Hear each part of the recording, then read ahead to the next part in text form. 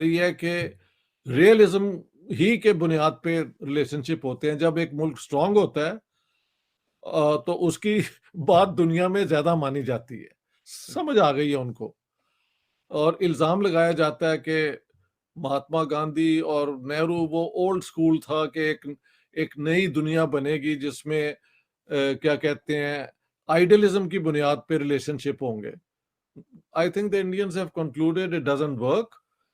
India has to be strong militarily and develop economically. इन दोनों models, इन दोनों objectives पे वो काम कर रहे हैं।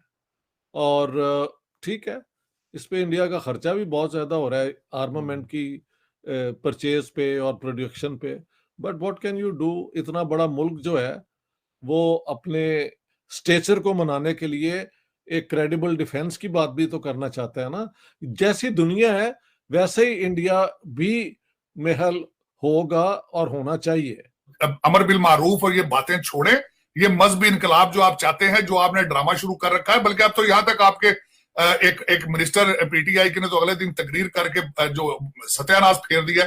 उसने कहा ये तो खुदा आपको कह रहा है पीटीआई को, आप पीटीआई ज्वाइन करें। आपको तो खुदा कह रहा है कि आप ये मैंने जिंदगी में जो कुछ किया पीटी नौज बिला आपने मजहबी सेक्ट बना लिया है। आप तो बिल्कुल एक नया सेक्ट बना के फिर रहे हैं।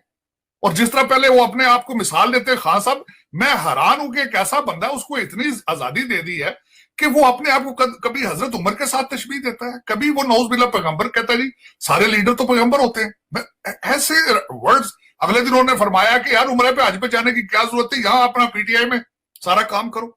उनके नमस्कार दोस्तों, हमारे इस नए यूट्यूब चैनल हिंदुस्तानी हाइट्स में आपका स्वागत है। जैसा कि आपने मीडिया क्लिप्स में देखा कि पाकिस्तानी मीडिया एंकर्स इस बात पर ज़ोरदार चर्चा कर रहे हैं कि आखिर भारत दिनों दिन तरक्की कर रहा है और हम दिनों दिन पस्तियों के गर्त में धंसते जा रहे हैं। हमसे ऐसी क्या भूल हो चुकी है जो हम भारत की बराबरी तो दूर उससे 100 साल पीछे हो चुके हैं। इसी बात को लेकर पाकिस्तानी मीडिया एंकर्स आपस में चर्चा कर रहे हैं और इस चर्चा के दिलचस्प टुकड़े हम आपको इसमें डिबेट्स में दिखाएंगे, जिनको आप भी एंजॉय कीजिए और हमें बताइए कि आप किस तरह की डिबेट देखना चाहते हैं, किस एंकर की डिबेट देखना चाहते हैं। इंडिया से रिलेटेड डिबेट्स और पाकिस्तान और इंडिया चाइना के बीच में होने वाली जो लेटेस्ट खबरें हैं वो हम आपको इस न्यूज़ चैनल के माध्यम से देंगे। प्लीज़ दोस्तों हमारे इस नए यूट्यूब चैनल को सब्सक्राइब करें, लाइक करें और हमें सपोर्ट करें। Thank you. के पास इतना लाइसेंस है ना, उनको कोई मजहबी पार्टी देखती है ना, सिर्फ उनके पास ये लाइसेंस है, किसी की जरूरत नहीं है यहाँ पे, वरना कोई इस तरह की कोई बात करे। उन्होंने बराक ओबामा ने डिसीजन ले लिया था कि हमने भारत को वहां एक स्ट्रॉन्ग एलाय बनाना है अगेंस्ट चाइना, और उसके ऊपर उनकी पॉलिसी है, they are standing up to it.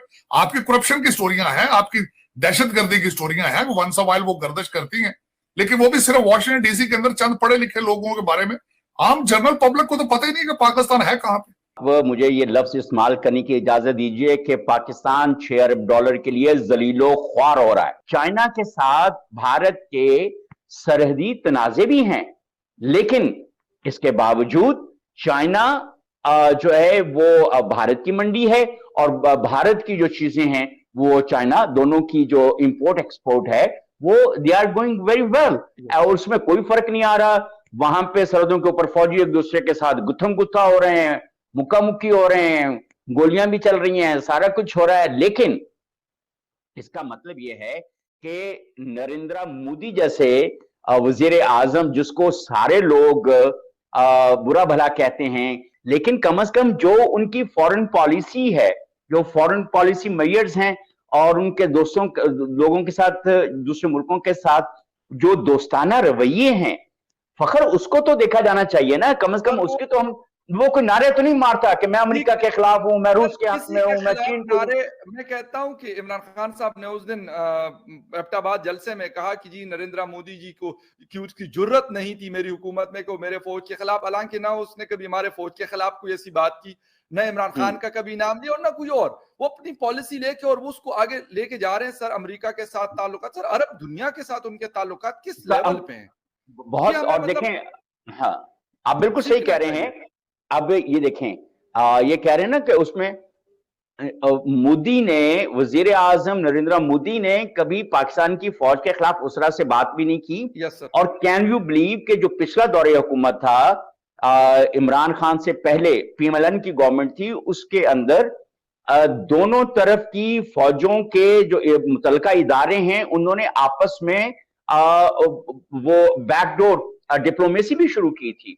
और जब इसके ऊपर बड़ा रौला पड़ा कि ये पाकिस्तानी फौज और भारत की फौज के जो इदारे हैं, फौजी इदारे, वो आपस में डिप्लोमेसी कर रहे हैं और चीजें, और सियासी हुकूमतों को पता नहीं है, तो उस वक्त एक हमारे जो साबिक आर्मी इसके आईएसआई चीफ हैं, उन्होंने ये कहा था कि ये नवाज शरीफ के दौर में सियासी हुकूमत की रजामंदी से बैकडोर डिप्लोमेसी शुरू की गई थी। और इसका ऑब्जेक्टिव ये था कि ये फौजी इदारे ज्यादा बेहतर और स्ट्रेटेजिकली एक दूसरे को समझते हैं, क्योंकि लड़ना भी इन्होंने है और इन्हीं की रजामंदी और इन्हीं की तजावीज के ऊपर दोनों मुल्कों के दरमियान अमन आना है।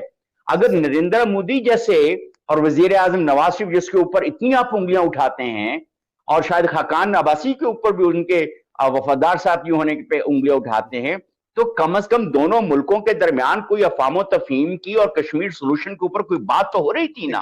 बिल्कुल। लेकिन वजीर आजम, साबिक वजीर आजम इमरान खान ने जिस तरह के ललकारे मारे हैं पड़ोसियों को और दूसरों को, बहादुरी ये नहीं होती कि आप दूसरों के गिरेबान को पड़ जाएं, या ये भी बहादुरी नहीं होती कि आप गालियां दें या किसी को बुरा भला इतना कहें कि जब आपके सर जेब में पैसा नहीं होता तो कोई आपको सर अपने घर में कोई मुंह नहीं लगाता। ये एक बात है सर, हम इसको माने या ना माने, लेकिन ये शायद हमारे कुदरत का कानून ऐसा हमने कुदरत का कानून नहीं, देखें मेरी हमने बनाया हुआ है। देखें, ये समाजी कहते हैं ना सोशल एलीट या इकोनॉमिक एलीट, ये रूल उन्होंने ही करना है। आप कहते हैं हम यूं कर देंगे, हम वो कर देंगे, उसके बाद कहते हैं खुदा के लिए $1 अरब दे दें, खुदा के लिए $1 अरब दे दें, कशकोल लेके फिर रहे हैं। अब पहली हुकूमत भी फिर रही थी, उससे पहले भी ऐसी